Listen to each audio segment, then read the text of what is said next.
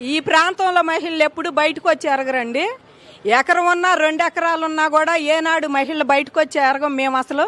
అలాంటి మహిళల్ని ఇవాళ రాజధాని లేదు అని చెప్పి మేము భూములన్నీ ఊరకనే ఇస్తే, రాజధాని లేదు అని చెప్పి జగన్మోహన్ రెడ్డి వచ్చిన తర్వాత మమ్మల్ని అందరినీ రోడ్డు మీదకి వచ్చేలా చేశాడండి.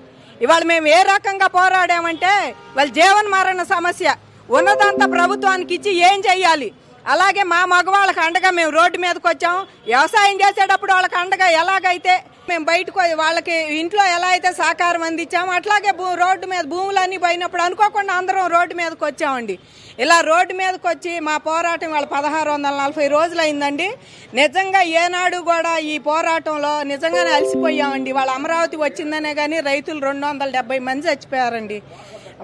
పిల్లలు చచ్చిపోతే మరి వాళ్ళని పరామర్శించిన వాళ్ళు కానీ ఏంటి వాళ్ళకి వాళ్ళ మరి ప్రభుత్వం ఏ రకంగా యాక్సిడెంట్లు జరిగితే ఎక్కడన్నా ఏదైనా జరిగితే కాంపన్సేషన్ ఇస్తారు. వీళ్ళకి ఏమి ఇచ్చారండి? రైతులకి వండ భూములు కూడా తీసుకొని వీళ్ళకి ఏమీ లేదు. మరి వాళ్ళకి అండ ఎవరు? ఇలాంటి ఎన్నో మరి కాపురాలు బాగొట్టుకున్న పిల్లలు కూడా అండి. అప్పుడు అంత రేట్ అని ఇచ్చారని జగన్మోహన్ రెడ్డి వచ్చిన తర్వాత గజం 30 ఏళ్ళు అమ్మింది, 10 ఏళ్ళకి కూడా అమ్మలేదండి. ఇవాళ ఆ కట్నం ఇచ్చిన డబ్బులు కూడా ఇవ్వలేదని చెప్పి పిల్లల్ని సంకనేసుకొని అంటే పిల్లలు ఇంటికి వచ్చిన ఆడపిల్లలు ఉండారు. ఇవాళ ఎన్నో బాధలండి. వాళ్ళ అమరావతి వచ్చింది. ఈ 5 ఏళ్లలో ఎంత జరిగిందో తెలుసా అండి?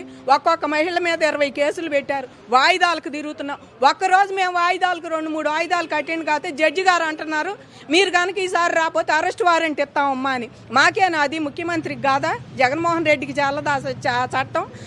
చట్టం ఆయన గుప్పిట్లో పెట్టుకొని ఆయన కూర్చున్నాడు. 3000 చిల్లర వాయిదాలు పెట్టుకొని ఆయన రాపోయినా ఏమంటల్లా మేమేదో తప్పు చేసినట్టు అంటున్నారండి మేము వాయిదాలకు పోతే.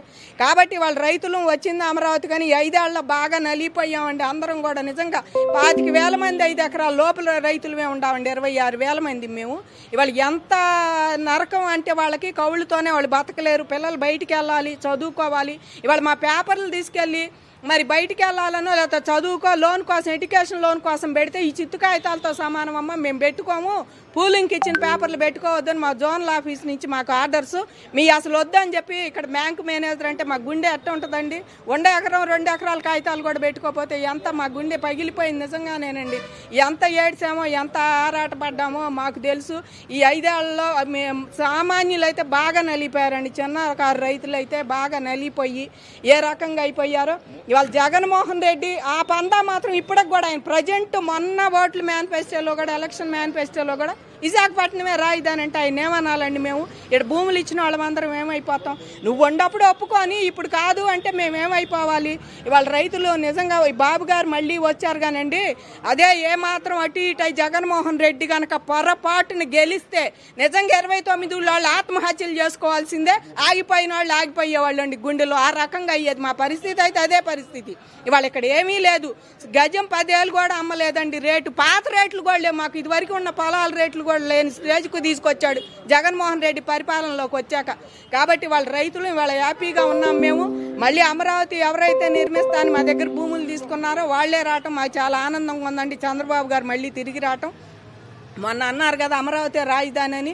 అట్లాగే దేనికి ఉండే ప్రాముఖ్యత అది దానికి ఉంటుంది. విశాఖపట్నం కూడా మేము చెయ్యొద్దని ఏమి అంటలేదండి. దానికి ఉండే ప్రాముఖ్యత అది మోస్ట్ కాస్ట్లీ ప్లేస్. సమైక్యాంధ్ర ఉన్నప్పుడు అది ఎక్కువ హైదరాబాద్ కన్నా మోస్ట్ కాస్ట్లీ ప్లేస్. అలాంటి విశాఖపట్నాన్ని పోయి బాగు చేస్తానంటాడు. మాట్లాడితే జగన్మోహన్ రెడ్డి నేను ఇంకా పుష్ ఇస్తాను, అది పైకి పోద్ది ఏంది ఆయన పుష్ ఇచ్చేది? ఆయన బొందా పైకి పోయేది ఏంది? అది ఇంకా ఇక్కడ నువ్వు ఇది ఎడారిలో ఇసుక అమ్మేవాడిని బిజినెస్ మ్యాన్ అంటారు. ఎక్కడైనా లేని చాటు నువ్వు చేసేవాడినే పరిపాలకుడు. నాయకుడు అంటే నువ్వు ఎక్కడైనా సరే అభివృద్ధి చేసేవాడినే నాయకుడు అంటారు. అడారు కానీ మరి ఇల్లు కానీ అది ఏదైనా సరే మా అట్లాంటిది వాడినే నాయకుడు అంటారు. నిన్ను నాయకుడుగా కాదు, నువ్వు సర్పంచ్ కన్నా కూడా తక్కువే. నిజం మాట్లాడాలంటే ఆయనకు అది కూడా లేదండి అనుభవం.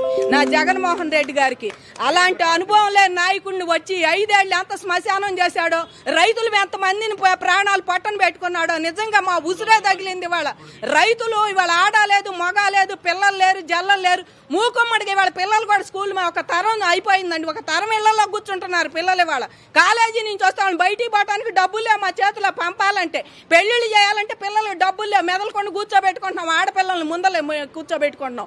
ఈ స్టేజీ తీసుకొచ్చి మమ్మల్ని ఎంత నాశనం చేసి ఇంకా అమరావతి రైతులు రియల్టర్లు ఇన్సైడ్ ట్రేడింగ్ జరిగింది, కొన్నాడేమో ఇన్సైడ్ ట్రేడర్, అమ్మినాడేమో రియల్టర్లు అన్నట్టు చేసుకొచ్చారండి. ఈ రకంగా మమ్మల్ని చేసుకొచ్చి ఒక కులానికి ఆపాదించి ఎస్సీ నియోజకవర్గంలో కమ్మ రాజధాని అని ఆయన చెప్పడం ఎట్టా ఉంది? ఒక కులాన్ని ఆపాదించి తీసుకొచ్చి ఇక్కడ పెట్టి మమ్మల్ని నానా తిరణాలు చేసి మా ఆడవాళ్ళని మా కట్టు బొట్టు మా మీద కూడా మీరు కామెంట్లు చేశారు.